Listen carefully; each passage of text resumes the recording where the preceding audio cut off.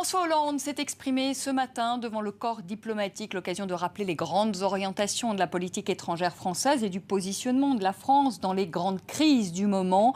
La voix de la France porte-t-elle encore dans le monde? Eh bien, on en parle avec nos invités, avec vous, Nathalie Goulet, bonsoir. Sénatrice UDI de l'Orne et membre de la Commission des Affaires étrangères.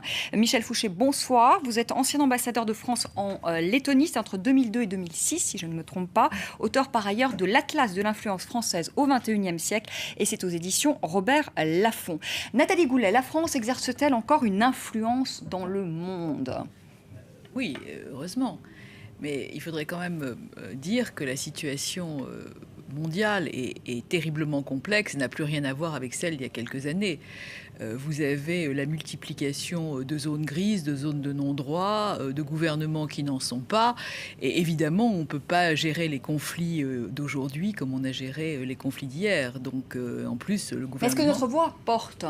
Par exemple, je vous donne l'exemple de la Syrie. Barack Obama, la France dit il faut intervenir en Syrie il y a tout juste un an. Barack Obama hésite. Finalement, il n'y va pas. Ben, on ne peut pas y aller et on ne peut rien faire. Et non, on peut rien faire. Donc, on subit. Donc, est-ce qu'on est encore influent? Mais est-ce que vous pensez qu'on peut, dans un cadre européen, agir en même temps tout seul? Dans un pays, la Syrie, qui est quand même entourée d'une région d'Israël, du Liban et la contagion irakienne qu'on vient de voir, je veux dire, frapper ou intervenir, seul, et dans des conditions anarchiques, ne constitue pas une solution ni diplomatique, ni politique, ni militaire. Michel Fouché, est-ce que notre voix compte encore sur la scène diplomatique? Nous sommes au Conseil de sécurité des Nations Unies membre permanent. J'ai fait un calcul sur une longue durée. Entre 2000 et 2013, la France a été à l'origine seule de 23% des résolutions. Et avec les Britanniques et les Américains, c'est 80%. Donc on est en initiative. Deuxièmement, il y a une capacité politico-militaire, non pas d'agir seul, mais d'agir le premier sur des théâtres qui se situent entre 3 et 6 heures de vol de Paris. Comme on a vu donc au Mali ou Mali, en RCA, avec un mandat des Nations Unies. Alors en Syrie, je suis tout à fait d'accord avec la sénatrice, il était techniquement possible d'intervenir seul, mais ça n'était pas possible politiquement, compte tenu des liens entre la Syrie, l'Iran, la Russie et des enjeux régionaux. Ça n'était pas souhaitable politiquement, c'était une erreur de ne pas intervenir pour affaiblir les capacités militaires du régime à cette époque-là. Et on en voit les résultats aujourd'hui. C'était une erreur, vous êtes d'accord avec ça, Nathalie Goulet? On aurait dû intervenir en Syrie, aux côtés des Américains? Mais je pense qu'il fallait le faire beaucoup plus tôt, avant que cette contagion n'éclate. Après, vous savez, on a une espèce de déliquescence des États dans beaucoup d'endroits, et ce qu'on appelle des zones de non-droit, des zones grises. Et on voit très bien ce qui se passe en Syrie, on voit très bien ce qui se passe en Irak, on voit très bien ce qui se passe en Libye. Parfois, vous n'avez plus d'État, souvent, vous n'avez plus d'État. C'est la résultante de l'intervention, notamment américaine en Irak, et encore une fois, il faut remercier le président Chirac de nous avoir évité ce guêpier. Et si vous voulez, moi, ce que parfois je souhaiterais, c'est cette espèce d'originalité un peu dérangeante de la politique française, d'une voix un peu plus forte, comme celle de Jacques Chirac à l'époque, mais le climat n'est pas non plus le même. Il y a une diversité, je discutais tout à l'heure avec monsieur l'ambassadeur en lui disant on n'a plus de politique arabe, etc. Mais le monde arabe lui-même a complètement explosé. Donc on ne peut plus avoir non plus cette politique arabe que certains appellent de leur vœu. Justement, sur la politique arabe, est-ce qu'on n'a plus aujourd'hui, comme le dit Nathalie Goulet, en tout cas comparé au temps de Jacques Chirac, de politique arabe? Surtout qu'il n'y a plus de monde arabe. Voilà. Il n'y a plus de monde arabe. Il y a le Maghreb, il y a le Machrek. Le Machrek est complètement en crise pour 30 ans. Il y a des pays qui s'en sortent bien, c'est la Tunisie, qui peut servir de référence pour les libéraux de Libye, mais il y a des contre-exemples. Nos relations avec l'Algérie se sont beaucoup améliorées, je dirais, à la faveur de la crise au Mali et des malheureux attentats d'In Amenas, et la relation avec le Maroc est bonne. Donc là, on a mais vraiment... sur le Proche-Orient, par exemple, on a parce que si on prend le cas de Jacques Chirac... oui, mais le monde arabe de Jacques Chirac n'existe plus. Ça, c'est l'effet d'une espèce de phénomène de dispersion et d'éclatement des trajectoires depuis les fameuses révolutions arabes nées en Tunisie. Donc là, il y a un soutien très important. Il y aura une conférence de donateurs bientôt au profit de la Tunisie. Les relations avec l'Algérie n'ont jamais été aussi bonnes, et c'est une bonne chose. Et la nation Maroc sont bonnes. Et on a besoin des pays du Maghreb pour gérer les affaires du Sahara et du Sahel. La Libye, c'est plus compliqué. C'est l'exemple d'une intervention incomplète. C'est-à-dire qu'on n'a pas pensé aux conséquences politiques de la chute de quelqu'un qui avait déjà déstructuré son pays. La situation en Libye aujourd'hui est le résultat, pas d'abord de l'intervention contre Kadhafi, mais de la politique de Kadhafi qui a tué l'État, si vous voulez. Et donc là, c'est un mauvais exemple, alors que le bon exemple, c'est le Mali. Mais Michel Fouché, pardonnez-moi, sur la politique arabe, vous dites le monde arabe n'existe plus aujourd'hui. Le conflit au Proche-Orient, lui, il existe toujours. Là, il est toujours là.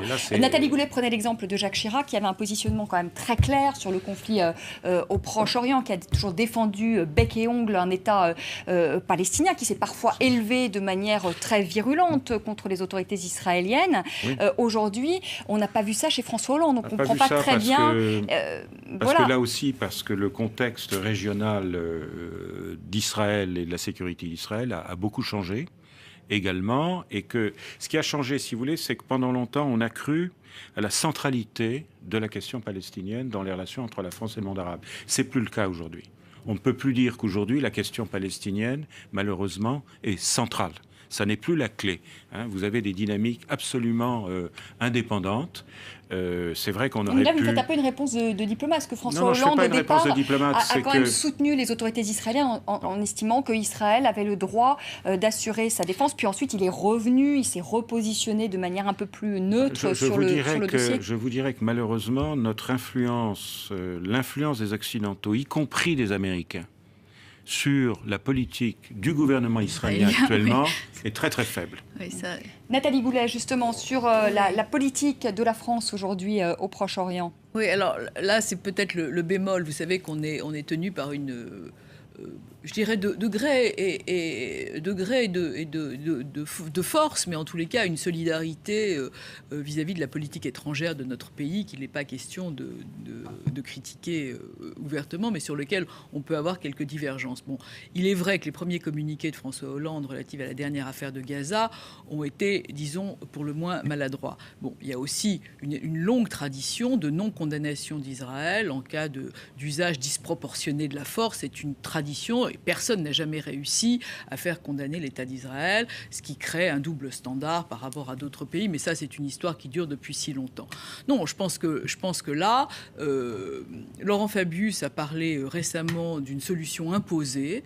Je pense que c'est un rétablissement double Salco, double boucle piqué, triple Lutz, qui me semble une vraie bonne solution. C'est-à-dire que entre les belligérants, on leur impose une solution, parce qu'ils ne sont pas capables de la trouver tout seuls, et qu'on ne peut pas continuer à laisser... Mais personne n'a jamais imposé de solution, ni les Américains, ni les Européens, et pourtant les Européens sont les premiers bailleurs de fonds, contributeurs oui, mais c'est peut-être le moment. Palestinienne. Oui, mais c'est peut-être à Palestinienne et aux Israéliens aussi, dans le cadre de la politique européenne, mais il faut quand même, beaucoup moins que les États-Unis, mais il faut quand même essayer autre chose. Je veux dire, imposer une solution, on l'a encore pas vraiment essayé. La volonté internationale n'y a pas été non plus. Peut-être que c'est le moment. Lorsque l'Allemagne sera capable de critiquer Israël, et le Congrès des États-Unis se dégagera de l'influence des lobbies. Peut-être pas tout de suite pour demain. Michel Fouché, je voudrais que vous répondiez à une autre question.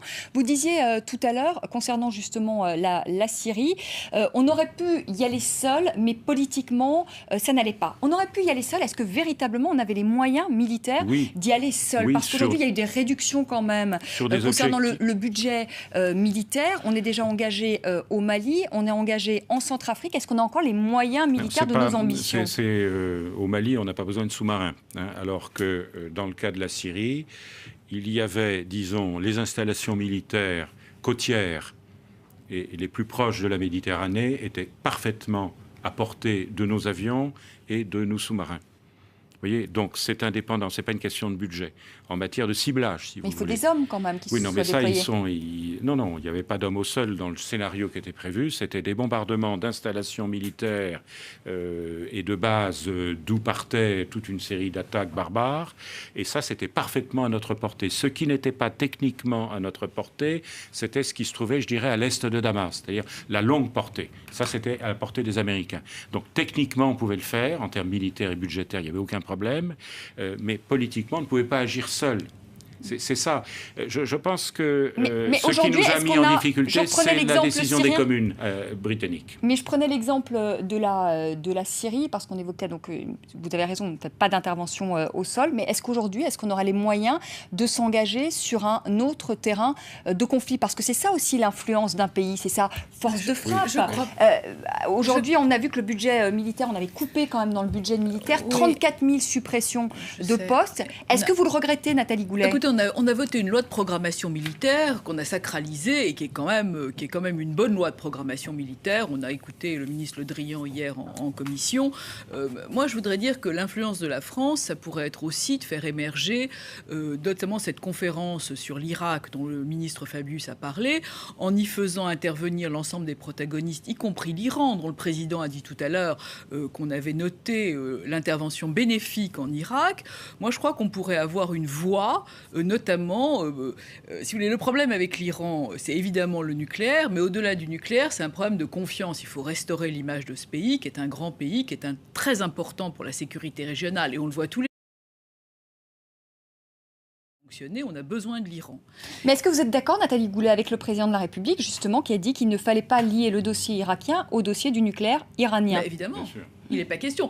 Si vous voulez, l'Iran s'est mis en contravention avec le traité de non-prolifération.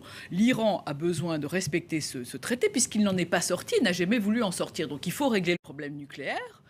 Il faut que les sanctions soient levées si les conditions sont réunies. Mais il n'empêche que l'Iran est une grande puissance, que le président Rouhani a montré beaucoup de volonté, beaucoup d'amélioration dans les dispositions, beaucoup d'ouverture, que maintenant il y a 2000 soldats au sol iraniens en Irak et qu'on peut considérer que les Iraniens sont intervenus de façon extrêmement importante dans le départ de Malaki, sans lequel ils ne seraient probablement pas partis, et qu'aujourd'hui ils sont nécessaires dans la lutte contre le terrorisme et l'État islamique. Faut-il encore donc qu'ils abandonnent leur programme nucléaire? Leur programme nucléaire militaire. Militaire. C'est un sujet indépendant. C'est un sujet indépendant, absolument. Mais en l'occurrence, François Hollande a l'air quand même de faire un lien entre les deux sujets. Il a refusé qu'il y ait un lien. Oui, mais tentation. est-ce que les Iraniens vont accepter qu'il n'y ait pas de lien? C'est toute la question. Il semblait qu'il y avait une erreur de traduction dans un document. Oui, non. On peut leur faire comprendre qu'ils ne peuvent être partie prenante de la prochaine conférence de Paris sur l'Irak que s'ils n'établissent pas de lien. Tout le monde sera invité, y compris les Russes, sauf le régime de Damas. Et Michel Fouché, parce qu'on arrive bientôt au terme de ce débat, si je vous entends bien, notre voix compte encore sur la scène diplomatique. On a donc ce siège au Conseil de sécurité des Nations Unies, notamment. D'un point de vue militaire, on a encore les moyens de nos ambitions. Vous êtes d'accord tous les deux. Le rayonnement de la France passe aussi par son image. Aujourd'hui, on apparaît comme un pays affaibli, notamment économiquement. Est-ce que c'est un handicap, Michel Fouché? Oui, mais l'Allemagne était l'homme malade de l'Europe il y a 10 ans, quand Schröder est devenu chancelier. Je crois que c'est une situation qui est grave, mais qui dépasse la France. Et je crois qu'on n'a pas le choix. Moi, je me réfère au discours hier du Premier ministre au MEDEF. C'est la bonne ligne. Elle n'est pas populaire, mais il faut la tenir. Il faut réformer ce pays. Oui, mais aujourd'hui, est-ce qu'on est affaibli aussi? Est-ce que notre image est écornée parce qu'on a une économie qui est affaiblie, parce qu'on a un taux de chômage élevé? Elle est écornée, sauf pour les investisseurs. On n'a jamais emprunté à des taux aussi bas. Il y a une espèce de contradiction. Ce qui fait défaut aujourd'hui, c'est la confiance de l'opinion publique. Si vous voulez, c'est la confiance des Français. Mais vous ne répondez pas sur la question de l'image. Notre image à l'étranger. L'image est bonne. L'image est bonne, sauf au Pakistan et en Turquie. Globalement, l'image de la France est bonne. Ça va alors. Ce sont les analyses américaines. Nathalie Goulet, notre image à l'extérieur justement de ce pays quand même qui est affaibli économiquement. Vous voyagez aussi beaucoup. Oui. Il y a une grande demande de France. Les pays étrangers demandent la France en aide technique, etc. Moi, je voudrais simplement conclure, puisqu'on a peu de temps. Vous parlez de la voix de la France. Je pense que la voix de la France est d'autant plus importante qu'elle pourra entraîner ses partenaires européens. Et là, c'est vraiment une partie à jouer, parce que je crois on ne peut pas jouer les cow-boys. Vous savez qu'il y a quelques jours, les Émirats et l'Égypte ont bombardé la Libye.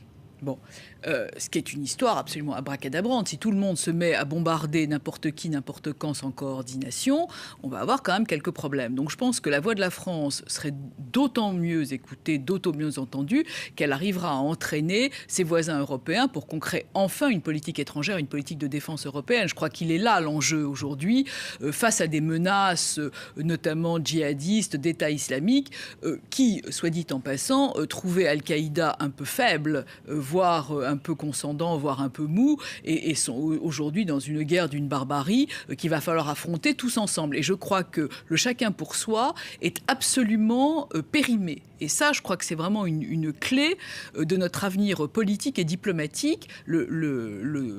Tout seul, le fait d'agir seul, me semble absolument périmé. Merci à tous les deux d'avoir participé à ce débat. Merci beaucoup Nathalie Goulet, merci Michel Fouché. Merci à vous. Je vous retrouve dans un instant pour une nouvelle édition. Et puis on parlera évidemment de la situation en Ukraine. Et puis 19h40, notre second face-à-face. Faut-il s'allier à Bachar el-Assad pour combattre l'organisation de l'État islamique? Eh bien, on en parlera avec nos invités. C'est notre second face-à-face. À tout de suite.